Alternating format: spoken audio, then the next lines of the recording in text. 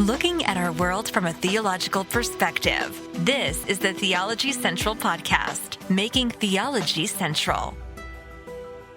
Welcome, everyone. It is Saturday, June the 4th, 2022. It is currently 5:07 p.m. Central Time, and I'm coming to you live 2 stories above a street right here in Abilene, Texas. Thank you so much for tuning in.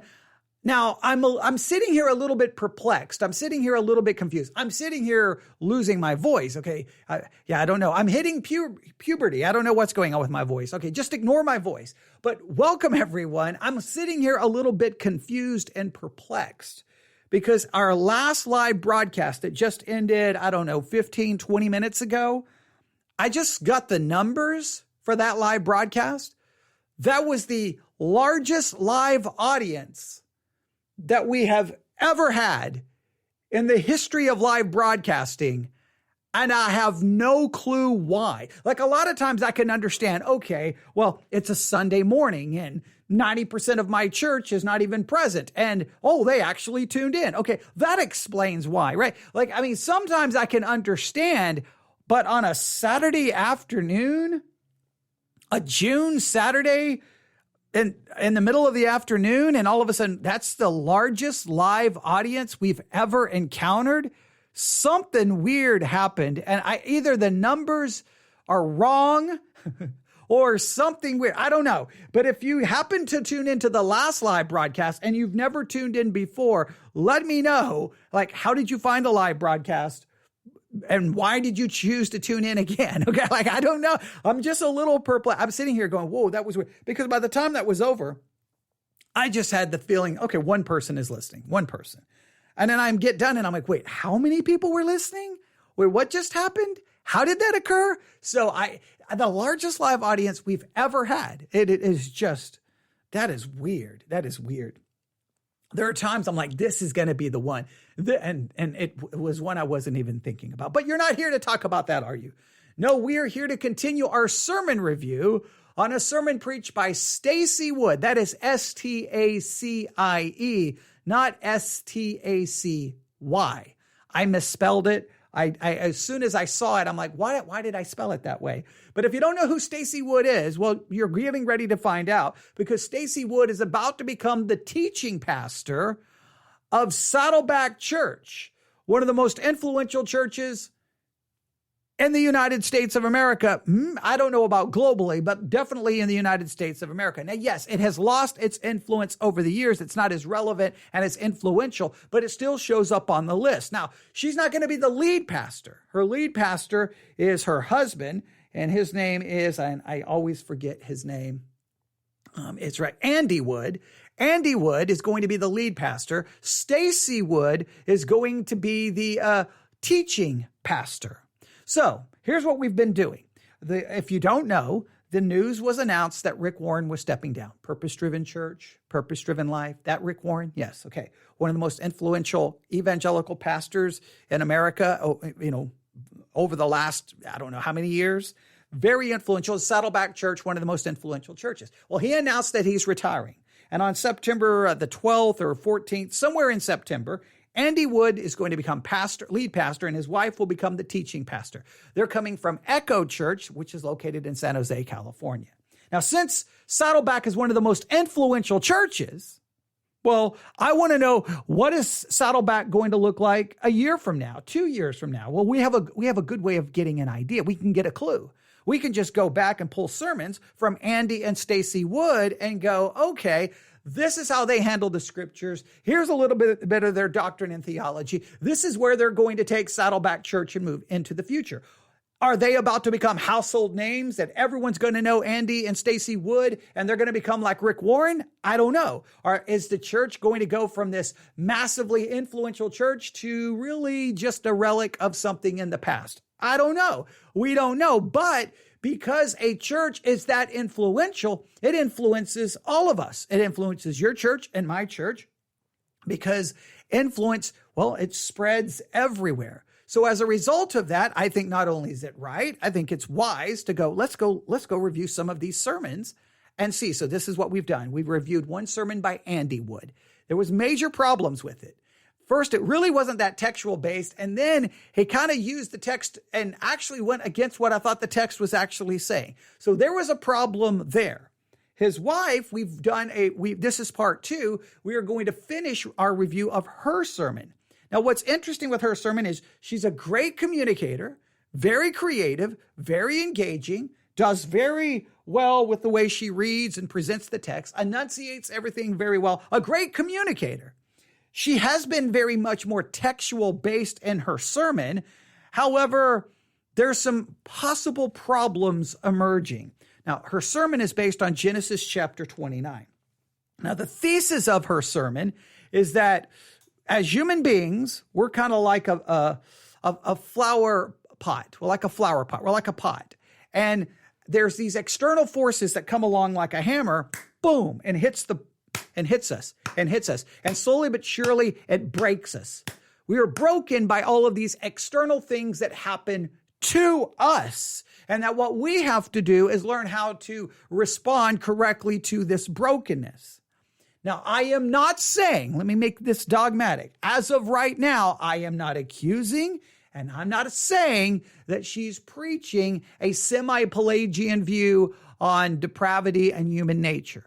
However, it's very questionable because she seems to focus on the brokenness that happens to us by things external to us and seems to be denying the reality that we are all born broken. We're not born a nicely put together flower pot or whatever kind of pot or vase that you want to describe. We're not born all nicely put together and then we're broken by the cruelties of life.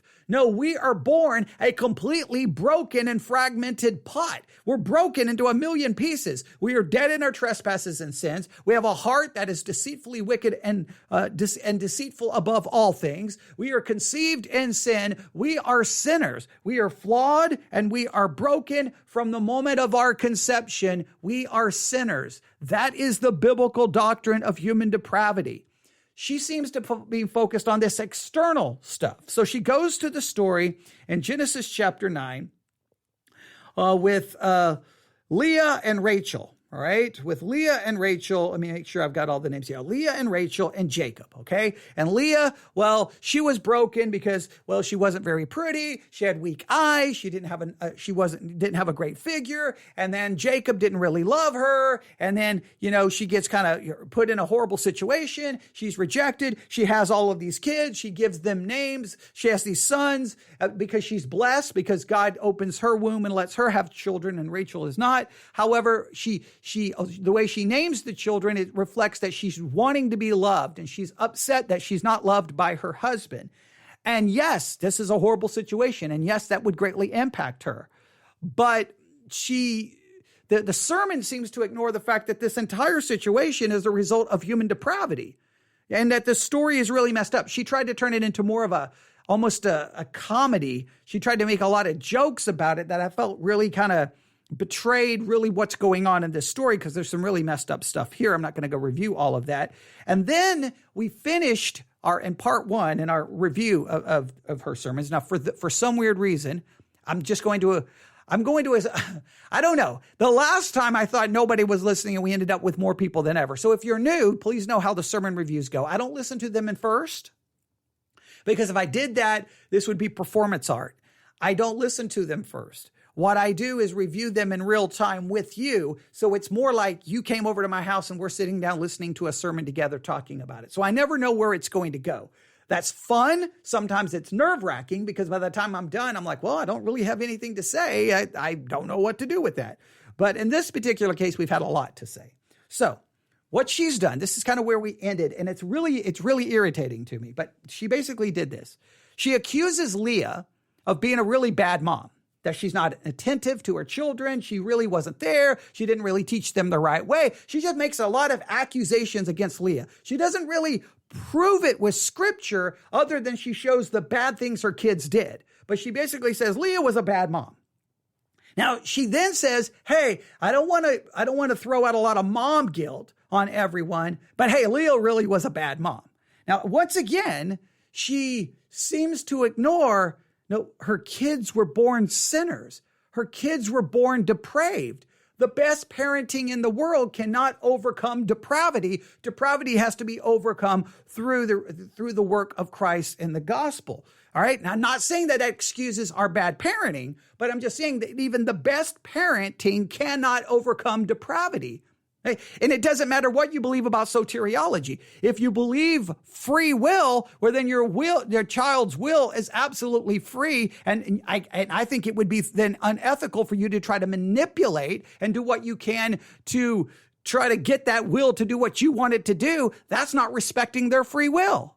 Right? And if you don't believe in free will, you believe in a more reformed soteriology, well, then clearly they're dead in their trespasses and sin. And the only thing that's going to fix that is the saving, electing grace of God. That's a whole interesting discussion we could have. I don't want to get into that fight. But I'm saying whichever way you look at it, the point is she just makes all of these accusations, but ignoring the fact that the whole story, really the whole book of Genesis, is proof of the reality of the fall. Adam and Eve sin, and everyone from that point is born a sinner. And we see the reality of that in every chapter after the fall, starting in Genesis 4 with Cain killing Abel, and it just continues and continues. By the time you get to the end of Genesis, you should be like, everyone is messed up. The whole world is messed up. And then you close your Bible and you go look in the mirror and go, and I'm messed up, because we're all messed up. We're all broken. We're all flawed.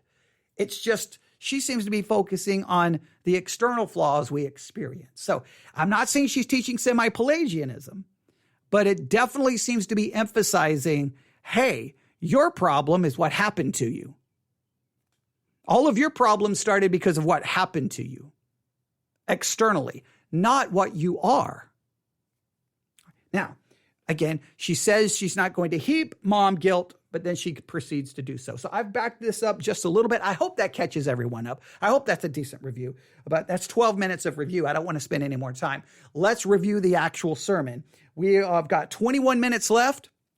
I think originally when we stopped, we had 19 minutes left. So I've backed it up about 2 minutes. Again, this is Stacie Wood, who's about to become the teaching pastor of Saddleback Church, one of the most influential churches in America. We want to know what the direction that church is going to take. Well, we're getting an idea by going back about 3 weeks to listen to Stacie Wood and listen to her sermon that she preached about the beauty and the brokenness or something along those lines. And clearly we talked in in episode 1 or in part 1, we talked about complementarianism and egalitarianism. And we talked a little bit about, well, the direction Saddleback is going, which is just, well, they already had issues with ordaining, 3 women pastors and got in trouble with the SBC, but I don't think the SBC actually did anything. So it looks like they're going to continue to move in that direction. Then you could argue, well, if the woman is a teaching pastor and not the lead pastor, and she's simply complimenting her husband, is that not complementarianism? And then we can get a whole discussion in how to define that. But I believe it's definitely not biblical, but we could have that discussion later. All right, are you ready? Here we go. Stacie Wood, Stacie, not Stacy. And she preached this at Echo Church in San Jose, California, just a couple of weeks ago. And she's about to become the teaching pastor of one of the most influential churches in America. This gives us a hint of where that church is headed. Here we go. Now, the Bible, it doesn't give us a lot of information about Leah's parenting strategies, but if we can kind of connect the dots of what we do know, we know what she named her sons, we have a few snapshots of their family dynamics, and we know how her boys turned out. And if we connect those dots, we can see that there was so much dysfunction in the house of Jacob. And let me give you just 3 quick snapshots. The first one. Okay. Now, she again focuses on the dysfunction in the family. And I will say it's proof of depravity in the family. Depravity is what leads to dysfunction. Dysfunction does not lead to depravity. Depravity leads to dysfunction. So the issue is everything was wrong because it was a dysfunctional family. And the reason it was a dysfunctional family is because Leah was a bad mom. If she wasn't a bad mom, it wouldn't have been a dysfunctional family. No, depravity always leads. Every family has some level of dysfunction in some way, either emotionally or there's something that's not always, I don't care how great the family is, there's always something not right. That's why no matter how great a job you think you do as a parent, when your kids are older, they're going to be like, you did this and you did this and you hurt me and you let me down and you disappointed me and you're going to be, what did I do wrong? Well, just acknowledge, I probably did a lot more than that wrong. I'll give you a better list. I did everything wrong because, well, I'm a sinner. It doesn't excuse our sin. It's just, I want you to make sure you understand dysfunction does not lead to depravity. Depravity leads to dysfunction. That's the biblical model. Depravity is always the issue, not dysfunction. Dysfunction is the fruit of depravity. Depravity is not the fruit of dysfunction. Dysfunction is the fruit of depravity. Okay, make sure I said that correctly. That's a very important theological distinction, all right? Very important. All right, now she's going to give these snapshots. These snapshots are bad. They're bad, but it just shows the depravity in the kids. But they're going to say the depravity of the kids is almost a result of her brokenness, all right? So here we go. Is that one of Leah's sons slept with his stepmom. That's weird.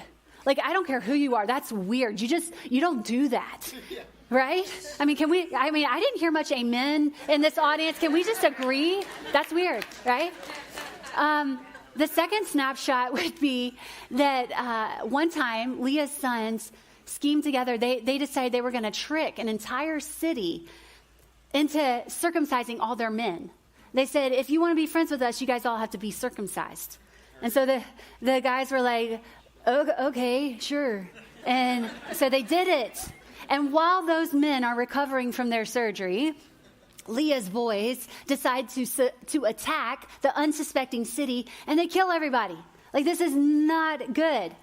And then the third example is later on, her sons scheme together, and they decide to sell one of their own brothers into slavery. And so we've got adultery, we've got murder, we've got human trafficking.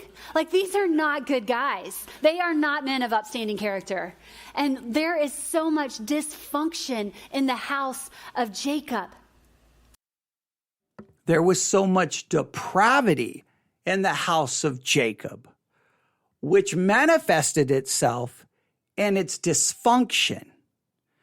The depravity did not come from the dysfunction. The dysfunction came as a result of the depravity. I'm going to just drive that point home, because without that, you do not have a Christian worldview. Without that, you do not have a Christian correct understanding of anything. Depravity is always the beginning of how we understand ourselves and the world around us.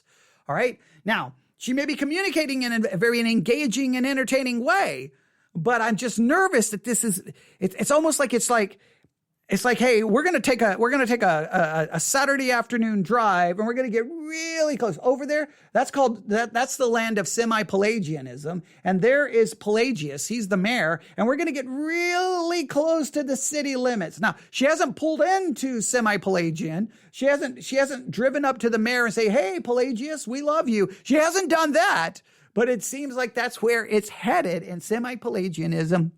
Well, Pelagianism is a heresy. Semi-Pelagianism is a heresy that was condemned by the early church. You can read about the debate between the Augustinian view and the Pelagian view, and then you can go to the Synod of Dort, and you can get into once again the Pelagianism view shows up in kind of different ways. We could go through all the church history of it all, but yeah, it's a heresy that is rampant in the church today. It's rampant. Most churches are semi-Pelagian. You'll find some that are full-blown Pelagian, but at best, most are semi-Pelagian. The evangelical world has been completely taken over by semi-Pelagianism. And I obviously reject it and hold to a very, very, very, very, very, what I believe, biblical view of total depravity. All right, here we go. And I'm not saying, what I do not want to imply or say here is that all of these bad choices could have been avoided if Leah was just a better mom. Because heaven help me, I do not want to inflict any more mom guilt on society. Girls, we got enough mom guilt, don't we? I mean, we are all sorting through mom guilt. And that I think this is funny. Hey, I don't want to imply that all of these bad choices was her fault. And I don't want to place any mom guilt because we've got enough of it. After she says that, she goes right into it and just what she does. She's basically going to say Leah was trash. Leah was a dumpster fire of a mom. Leah was garbage. Now, she's not going to use it in those strong words, but she's just going to put all the blame on Leah, not on depravity, on Leah. Here we go. That is not what I'm saying. If there is one thing I have learned in my 15 years of motherhood is that my kids are their own people and they're going to make their own choices. What you should have learned in 15 years of being a mom is that your kids are depraved. And your parenting cannot override that depravity. It can't. It can't remove it. You can't ground it out of them. You can't lecture it out of them. You can't manipulate it out of them. Now you can make them do religious things. You can push for them to do religious things, say a prayer, go to church. You can do a lot. You can try to restrain the depravity, but you cannot get it out of them. Depravity, well, it's going to remain even if they're saved, but depravity is something that's just there. It's a part of their nature until glorification. But can you imagine the difference that it could have made if Leah had been whole and healthy herself? If she had been a mom that was available to intentionally show up and invest into the character development of her sons. See? Hey, if Leah would have shown up, if she would have shown intentionality, if she would have been there to help instruct her kids with character, she's blaming Leah for all of it. Leah's just completely like, she's trash. She messed up her kids. Where about the reality of depravity? And again, does she got biblical examples of where the mom, Leah, completely messed up? And again, as I stated in part 1, didn't they have a father? Wasn't Jacob there? This is all her fault, it sounds like. To teach them the ways of God. How much of these painful decisions could have been averted if there was a level of intentionality in Leah's parenting? You see, our brokenness, it's affecting more than just us. And what we do with our brokenness, it matters. Leah kept taking her brokenness to Jacob. And she said, Jacob, if you would just love me. Jacob, if you would just be attached to me. Jacob, here's all my brokenness. And meanwhile, Jacob is completely incapable of mending her brokenness because he also is a very broken individual. That's why so many marriages get tanked, because we're two broken people and we're looking for the other person to fix everything that's wrong with our life. And it just doesn't. No, we're depraved people. See, I don't understand this because she's already demonstrated that she thinks brokenness comes from outside of us, right? That she started the sermon, if you missed the part 1, she started the sermon where she had like a pot and then she had like a little hammer and she's like, and then, this happens to you. And then she hits the pot. And then this happens to you, hits the pot. So she's tried to explain the brokenness is the result of the things that we have experienced. So, hey, the reason marriages tank is because we're broken and we're depraved. Depravity sin is the issue. It's like, I don't know, like she's replacing depravity with brokenness, and brokenness is everyone else's fault. See, the reason our marriages tank is because all of these bad things happen to us, and then we look for the other person to fix our brokenness. Now, there may be some truth in that, but you have to start always with the ultimate root of everything, which is depravity. All right, let's see. I'm just getting worried that we're getting closer and closer to semi-Pelagianism. That's where I'm getting worried about. But let's see if I'm wrong. Happen. We've all got hurts and habits and hangups that are not serving us well. And we have to be thoughtful about where are we taking the brokenness in our life. So instead of looking inward and trying to see how we could fix it ourselves, and instead of looking outward and thinking, if you would just do this for me, or if you would just do that for me, instead of looking inward or outward, what if we would turn our gaze upward and look to a source that was actually capable of meeting those deep needs in our lives. You know, our brokenness does not have to remain our bondage. Our brokenness can actually become our pathway back to God. That's the second response to brokenness. That our brokenness can point out that we are in need of God, that we can't fix all this on our own, that there's no circumstance in our life that could make us whole again. And it can become the pathway, the thing that makes us reach out to God. When my kids were little, they would bring me and Andy, they'd bring us all their broken things, like their toys and stuff that had broken. Well, if you know anything about me and Andy, you know that fixing anything is not in our top 5 strengths. Like we're not fixers. And so what I would do is I would very compassionately receive the broken toy. I'm so sorry. And then I would just hide it. I just put it away in a closet or on top of their fridge. And if that child did not request the toy again for 6 months, then that toy's gone. And so that's just a little free parenting tip for all you young moms out there. Just out of sight, out of mind, right? You see, the brokenness, the broken things in our life, they seem unwanted. Broken toys, broken bones, broken systems. Nobody wants that stuff. It's all negative. But in God's economy, brokenness is very different. Not only is it a positive thing, I would say that it's necessary. Brokenness is essential. If you look at Psalm 51, it says, "The sacrifice you desire is a broken spirit. You will not reject a broken and repentant heart, O God." You see, our brokenness is what causes us to realize that we have need for God, that we would reach out for a relationship with Him. Jesus said, it is not the healthy that need a doctor, it's the sick.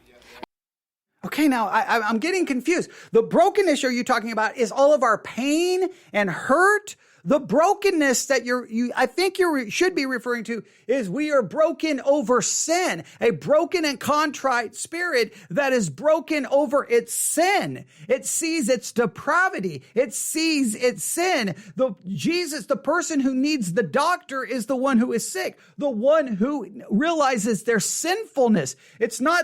Don't reduce the gospel to you're broken because of all the mean things that's happened to you in life.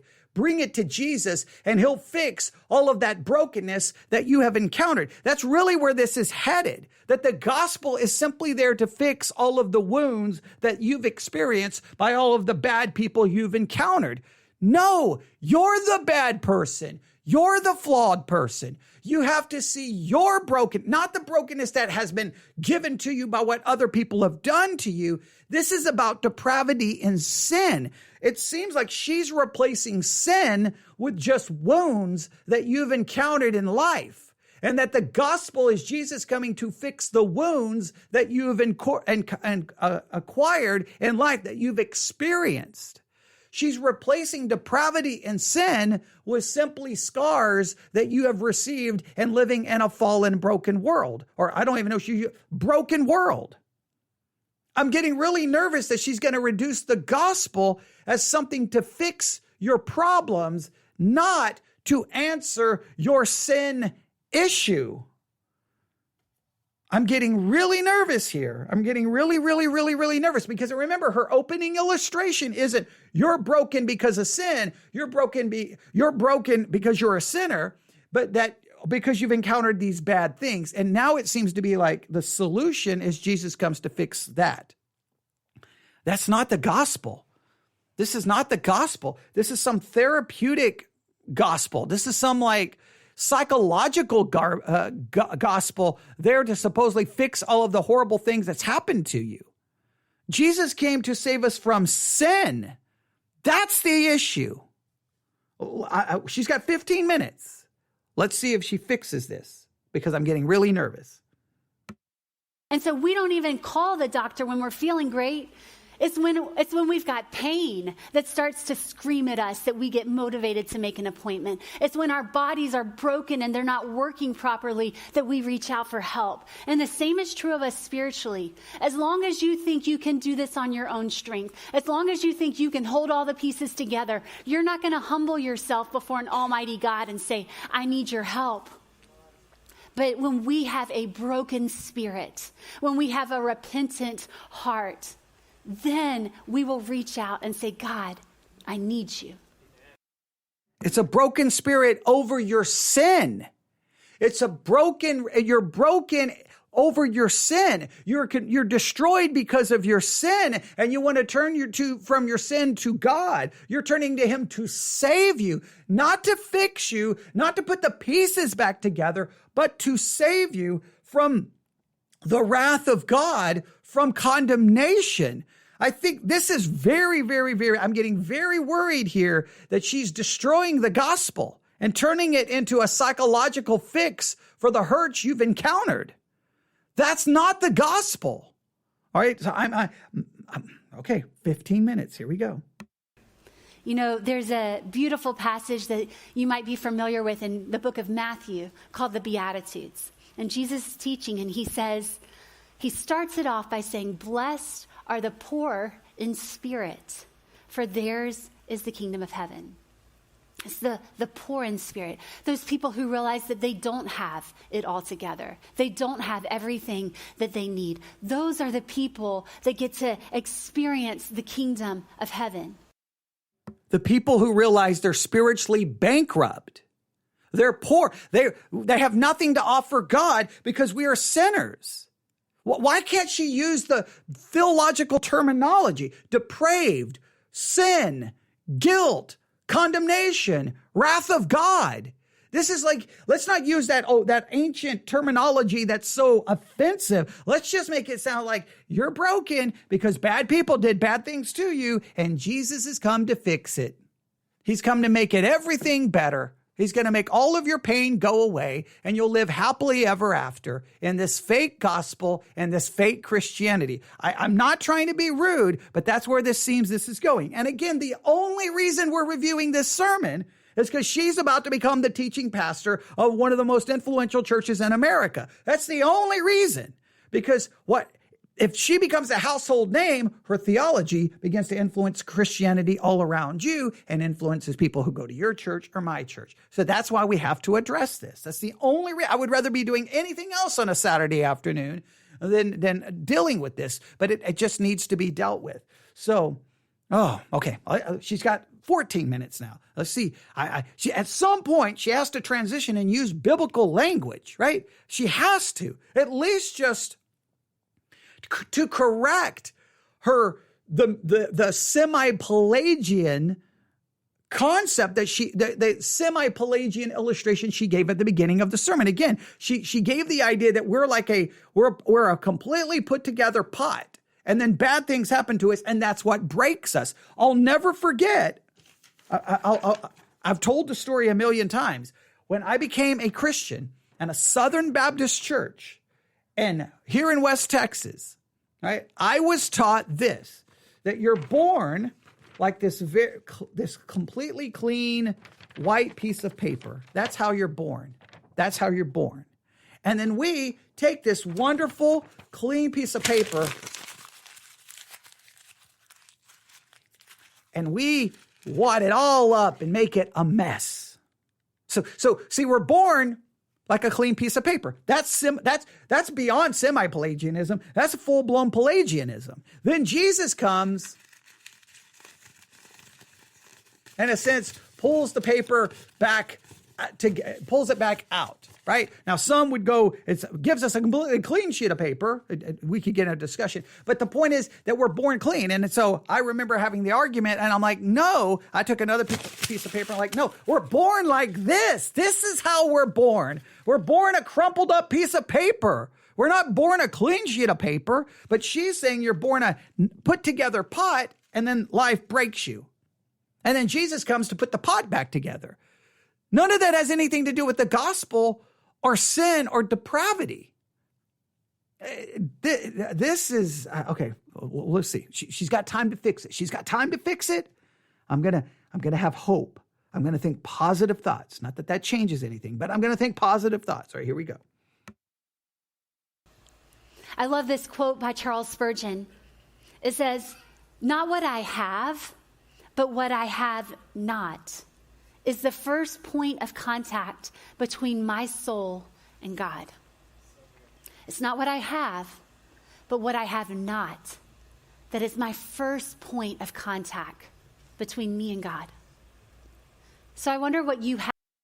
You know what? Because what we have not is we don't have anything to offer a holy God. We are beggars. We are bankrupt. We're homeless. We have nothing. We have nothing to offer God. I can bring nothing to contribute to my salvation. Nothing. All I have is sin, deadness, depravity, rebellion, and ungodliness. I have nothing to offer God. God saves me and imputes a righteousness to me. The only thing that saves me is not my righteousness, but an imputed righteousness. That's where my salvation comes from. But she's not. Her entire premise, the whole and thesis of the sermon is that we are a pot that's perfectly together until we encounter the mean people in the world, and then we're broken. That's the problem she's trying to fix, is the scars, the brokenness that we have received because of other people. She has nowhere acknowledged that we're born broken. She made a little hint of it because her husband made a reference to the psalm that we're conceived in sin, but she almost just kind of laughed that off and then gave an illustration that almost denied that and went with a semi-Pelagian view of human nature. Have not today. And maybe because it's Mother's Day, we could make a Mother's Day themed list of all the things that we don't have in our lives. And maybe some of you would say, I don't have a good relationship with my mom. No. This is not what Spurgeon wasn't saying. What we don't have is a good relationship with our mom. We don't have any righteousness. Even our good deeds are but filthy rags before a holy God. This is not like, I don't have a good relationship with my mom, so I'm broken. And Jesus is what is happening? The church in America. I don't even get it. It's not even Christianity anymore. It's turned into I don't even know what it is. And this is about to become she's about to become the teaching pastor of one of the most influential churches in America. Sometimes you just have to just say, it's over. It's just done. Let's all just quit and go home because I don't even know what's going on here. Well, let's go. She's going to give all the list of the things we don't have. Hopefully she says we don't have righteousness. We don't have the right obedience. We don't have anything to offer a holy God. Therefore, we need the gospel of grace and an imputed righteousness. We need an alien and foreign righteousness to save us because our righteousness is never sufficient or good enough. And our obedience is never good enough. But obedience of Christ is. Okay, right? You know, the basic gospel 101, basic Christianity. Maybe at some point, she's got 13 minutes now. Let's see if she'll transition into a biblical explanation here. I wish that she was a mentor to me. I wish that we could enjoy going out to lunch together, but we just don't have that kind of relationship. Some of you would say, I don't even have a mom. My mom passed away, and every time there's a moment in life that I want my mom to be there, she's not. Some of you would say, I don't have the ability to carry a child in my own body. And everywhere I look, there are people pregnant. Everywhere I look, there are people that they don't even want to be pregnant, and they're pregnant. And here I am, I'm begging God for a child, and I don't have a child. Some of you would say, I don't have a good relationship with my child. That as hard as I'm trying, and as much as I've invested, our relationship is just broken. And I feel like a complete failure as a parent as a result of it. Friends, what if we could take all these broken parts of our life, all these flaws, all this pain, and what if we could gather them up and present them to Jesus and to say, Jesus, I can't heal this on my own. See, this is the idea that Jesus came to fix all of our problems in life. He came to fix it. Hey, you lost your mom. He's there to fix it. Wait a minute.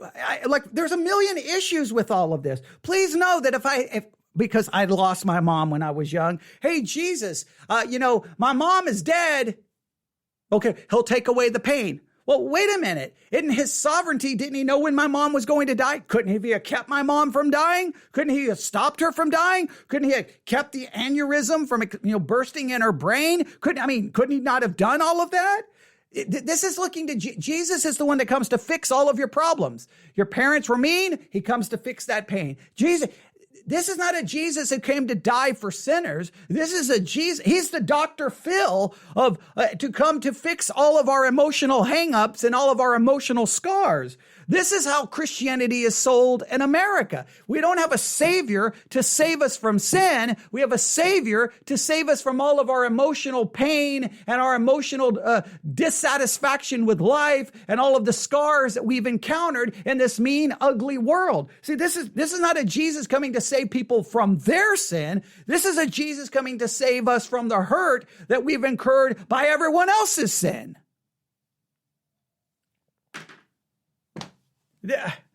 And this is the Christianity that is sold, and then you get it, and you're like, okay, Jesus, make me better, make me feel better, take away my pain, take away my hurt, make it all go away. And a lot of people are like, it didn't go away. You're like, because you were sold a lie. Jesus didn't come to fix all of that. He came to save you from your sin. Am I saying that in the relationship with Christ, there may not be things that will help heal and help you with some of this? I'm not saying that that's not the case, but he came to save us from sinner. He came to save us from our sin. He came to save us, to provide a righteousness that which we do not have. Can't put this back together. I need you to step in. If we keep taking our brokenness to Jacob, we'll never be healed. But what if we could allow this to lean in to our relationship with God? You see, Leah was unloved by her husband, and that is no small thing. I am not minimizing the pain in your life, the brokenness in your life. That is a very difficult thing. But what I am trying to bring to your attention is that there was no lack of love for Leah from her heavenly Father, that he had an unlimited supply for her. And that if she could turn from her source, looking to Jacob, to turn to a source that was actually capable of meeting that need, she would have experienced a whole new level of healing and Right. Let's use it the correct way. Leah can't look to Jacob to fix her sin problem. Only Jesus can. This is the idea. Oh, if you're in a bad marriage, well, I'm sorry. That marriage is horrible. You're unloved. Look to Jesus and he'll make you emotionally whole.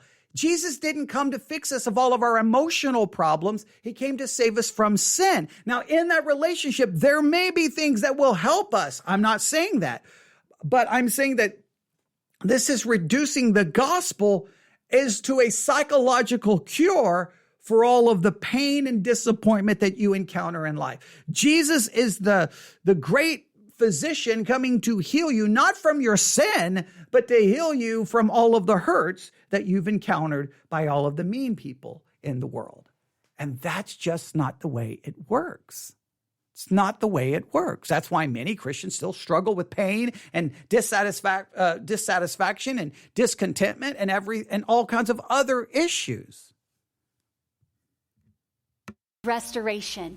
So we keep looking to the wrong source, but guys, he is able to meet whatever needs you have in your life right now. If you are in need of provision, he can be your provider. If you are in need of healing or forgiveness or purpose or restoration, he can be that for you. He is the dearest friend. He is the truest companion. And when you learn to walk day by day, moment by moment with the Holy Spirit, you will learn that there is no friendship like friendship with him. He is the master artist. He is the one that can put all these pieces back together. I'm not sure if you're familiar with the Japanese art form called kintsugi, but it is this amazing, beautiful piece of art that takes years to practice. You can see a little video going right here beside me of what it looks like. That there's a master artist that can take broken pottery and mend it back together. And it takes so much time and so much attention. It's a very tedious process. But then they mend it with gold. They seal it with gold. And the finished product is so beautiful. It actually becomes more beautiful and more valuable than before the piece of art was ever broken. And we actually have a little piece of kintsugi here that there's a friend of Echo that made this little piece of kintsugi. It's just such a beautiful piece of art. I think that we have a picture so you'll be able to see it on screen there. So gorgeous, right? And when I learned about this art form, I thought to myself, man, isn't that exactly what Jesus does for us? That he takes all of our brokenness, all of our broken pieces, and he puts them back together again. He is the God of restoration. He's the one that takes the things that seem irreparable in our life, the ashes, and turns them into beauty. And he says, now, it's even more beautiful. It's even more valuable. These flaws are a part of the history of what makes you the work of art that you are today. He is the restorer of all broken things. But you know what Leah did not understand in the middle of her mess? She didn't realize that there was such a bigger story being written. All she could see was her flaws. She had such a limited perspective. We all do, right? All we know is here and now. We don't know the whole story. But what Leah did not realize is that it was actually her very flaw that was going to become the pathway to her greatest contribution that she would make in the world. In Genesis 29:31, it says, when the Lord saw that Leah was not loved, when the Lord saw her flaw, he enabled her to conceive. He opened her womb. He made her productive. He made her fruitful. And she was able to become the mother of half the tribes of the whole nation of Israel because God gave her this gift. But she had these first 3 sons. And every time she was wrecked with disappointment because it didn't turn out the way she was hoping, she realized that there was nothing she could do. There was nothing that she could produce that would earn Jacob's love. And so she had Reuben, and she thought, now my husband's going to love me. And then she had Simeon, and she thought, God sees that I'm not loved. And then she had Levi, and she said, now at last, my husband will become attached to me because I gave him 3 sons, but it never happened. And I wonder, when are we going to realize that there is nothing that we can do or produce in this world that will satisfy our soul? There is no relationship with your spouse that can satisfy you. There is no relationship with your child that can satisfy you. There is no career or achievement that can satisfy a thirsty soul. We are looking to the wrong source for our satisfaction and for our healing. But what if we could change the source?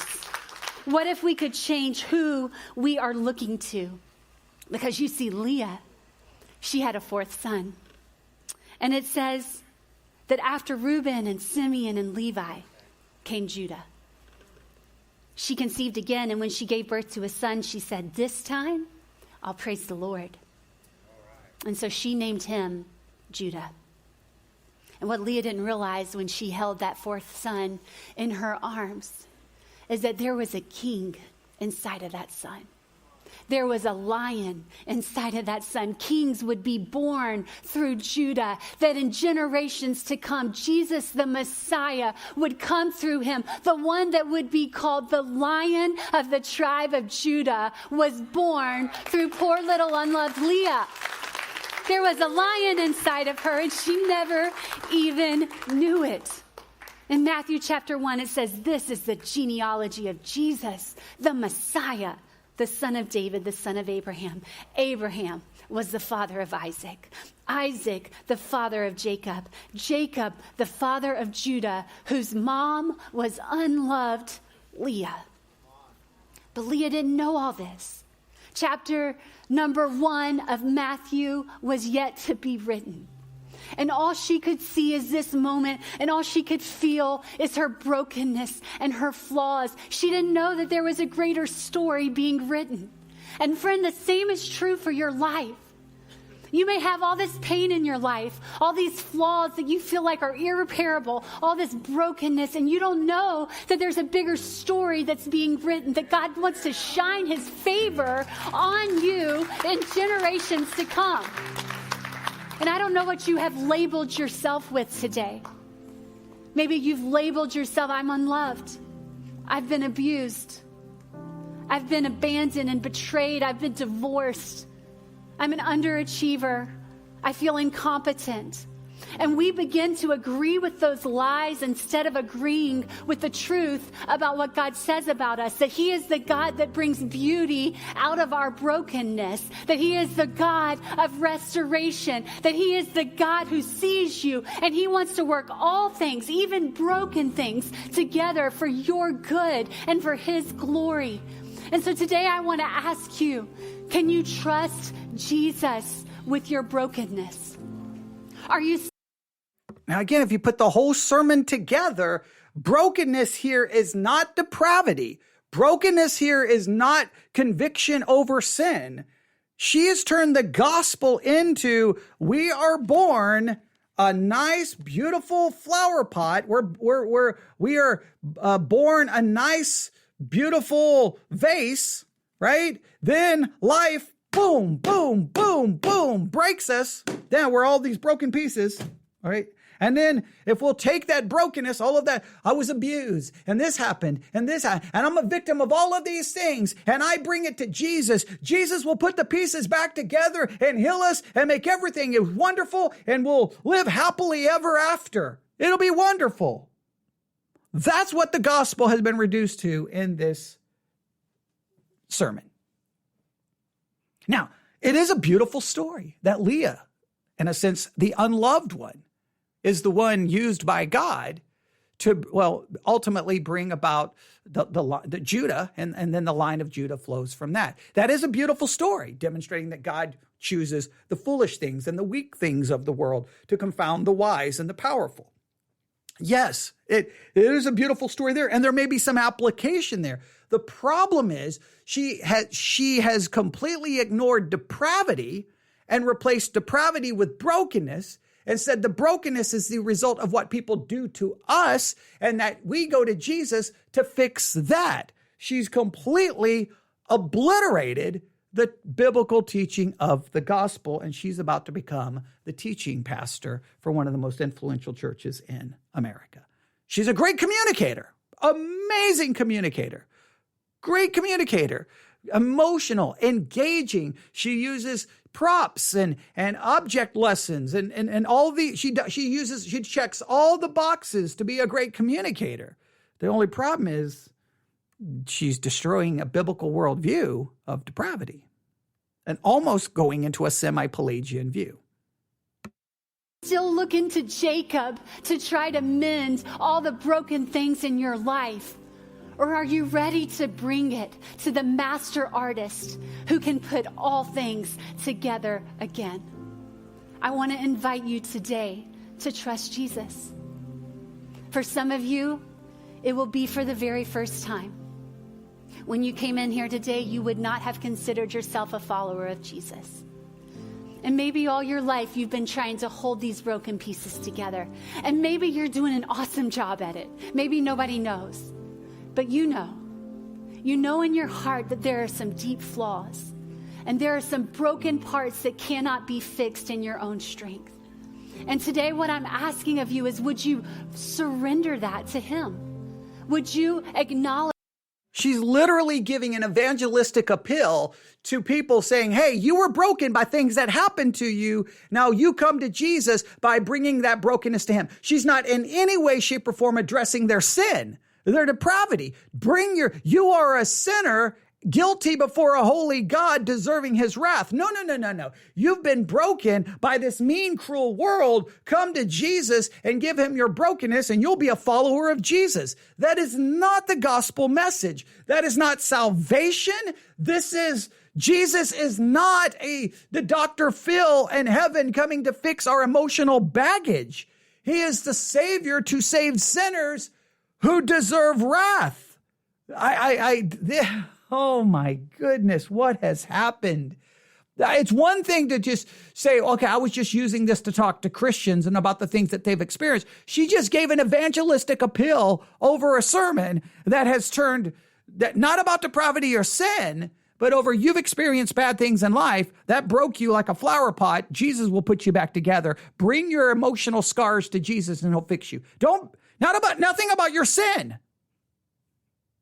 I don't think she's even used the word sin, I don't think. Or if she has, not about us. Sin, depravity, ungodliness, deserving wrath, condemnation. Like, this is, oh man, okay. Your need for God and say, Jesus, I need you to make me whole. I need you to save me because I'm an unworthy sinner who deserves wrath. It's like, Jesus, I need you to make me whole because lots of bad things happen to me. That's not the gospel. Some of you have been trusting Jesus for many years, but there's still brokenness in your life. There are still flaws and hurts and hang-ups. Wait a minute. You just told the lost people, come to Jesus and he's going to make you whole. Now you're telling me that there are Christians who've been Christians for years and they still have brokenness. How come Jesus hasn't already fixed it? If you give the evangelistic appeal, come to Jesus and he will fix your brokenness, and then you turn right around in the same breath and said, there's some of you who are Christians and you've been Christians for years, but you're still broken. Why didn't Jesus fix it? Hey, if you're here today and you're broken, come to Jesus and he will fix it. Hey, now to the person sitting next to you who've been saved for 30 years, you're still broken. See how good this Jesus fixing your brokenness is? You may be saved for 30 years and still not be fixed. Does she not see the other logical inconsistency of this? Hey, come to Jesus, he'll fix it. Now, some of you have been saved for 30 years and Jesus hasn't bothered to fix it yet. Well, it's probably because you didn't do what you're supposed to do. That weigh you down. And the invitation is for you as well. Would you bring it to Jesus? You see, when Jesus came, he had never experienced what brokenness was like before coming to earth. He came from a perfect relationship with his Father in a perfect place called heaven. But the Bible says that Jesus made a choice to step out of that perfect place of heaven and step into our brokenness. That it is through that decision, through his choice to step into our brokenness, that we can experience wholeness. That when Jesus went to that cross, he didn't deserve it. He had lived a perfect and flawless life. But him going to that cross represents him taking on brokenness on our behalf. Not brokenness, sin. What in the world? Why can't she say that? He came to take your brokenness. He came to take sin. My sin is imputed to him, where his righteousness can be imputed to me.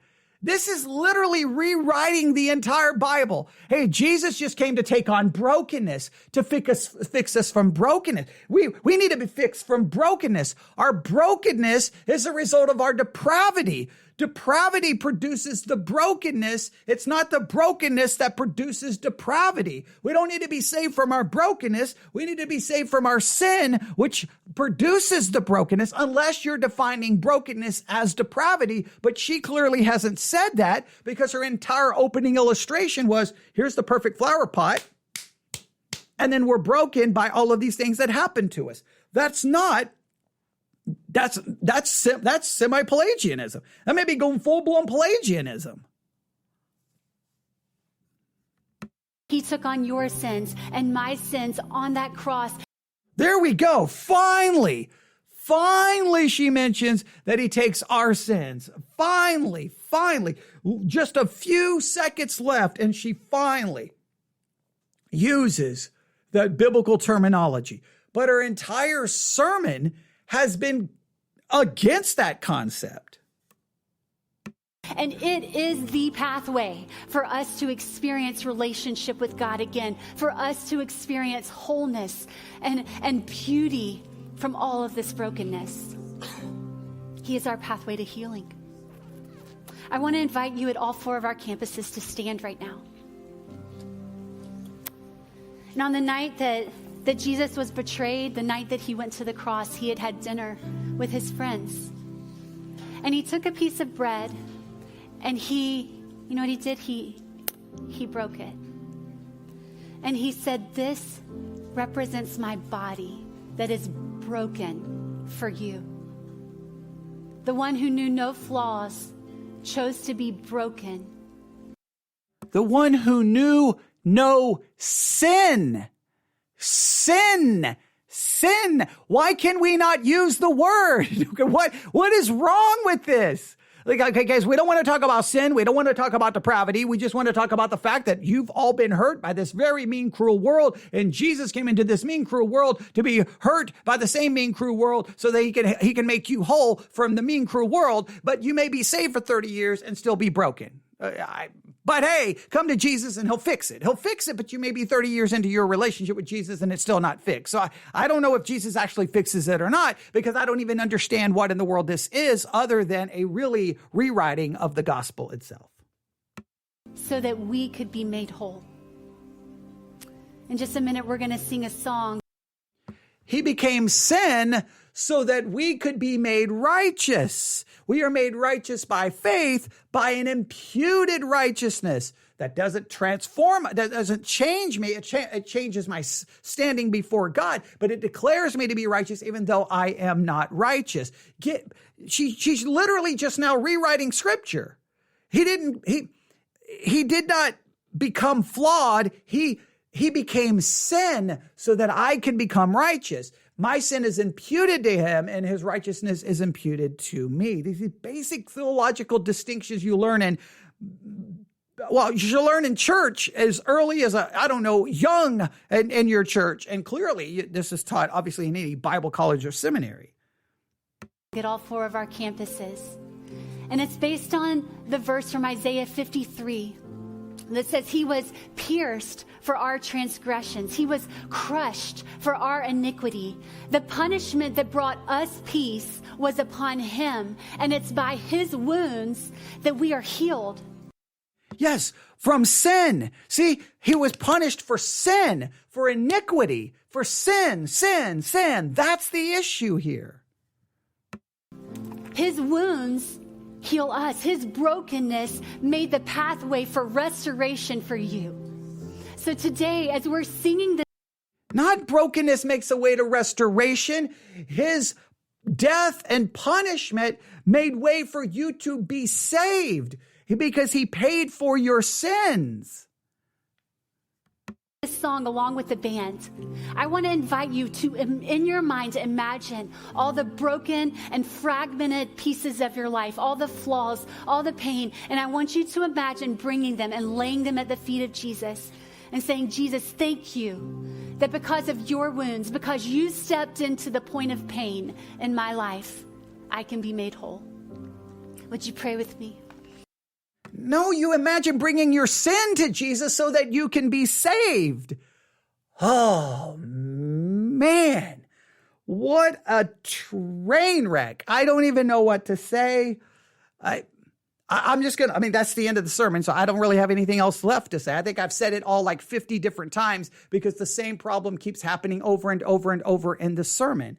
And again, the only reason we're reviewing this, I don't want you to think, well, man, you went and just started picking on someone. No, it's all over the news. She's about to become the teaching pastor to one of the most influential churches in America. This is not just some nobody that I'm picking on. No, this is like her husband, Andy Wood, is about to become the lead pastor of Saddleback Church, taking Rick Warren's place in September the 13th and 14th. His wife will become the teaching pastor, Stacie Wood. They are about to now be a part of the most influential church in America, giving them a gigantic platform that may make them a household name, or maybe the church just loses all of its relevancy and becomes a relic of church history. I don't know what's going to happen.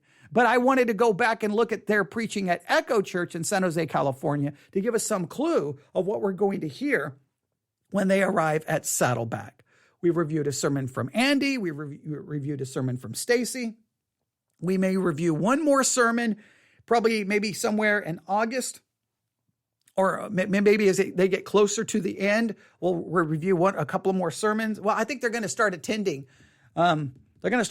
Saddleback pretty early. So they may not even be preaching anymore at Echo Church. So I don't know. What we may do is just not do anything else until they preach their first sermons at Saddleback, and then we'll review the first sermon preached by Andy and the first sermon preached by Stacie, and that will give us an indication of what Saddleback is going to look like moving into the future.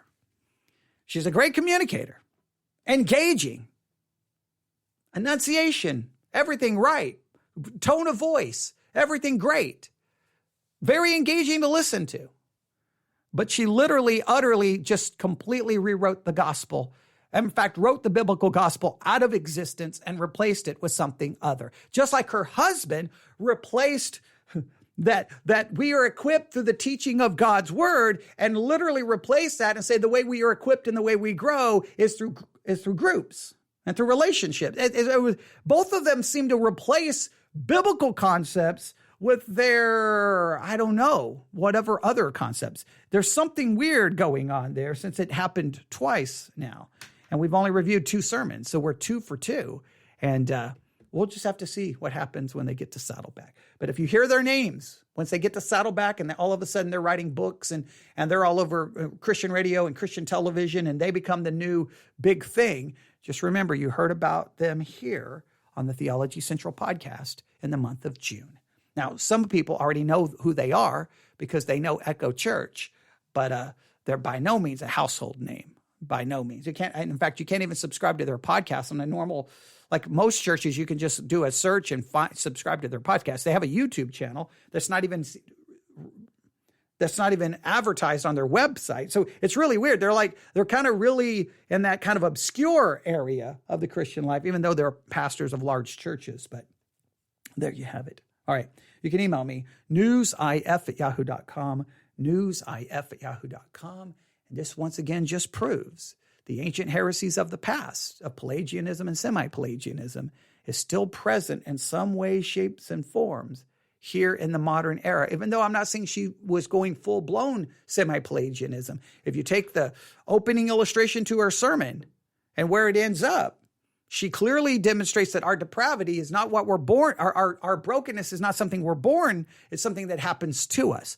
Meaning, the way she just described it is we have to be saved from that brokenness. So that brokenness now becomes the thing we're saved from. I mean, like basically sin and depravity almost got completely eradicated from the entire gospel message. There you go. All right.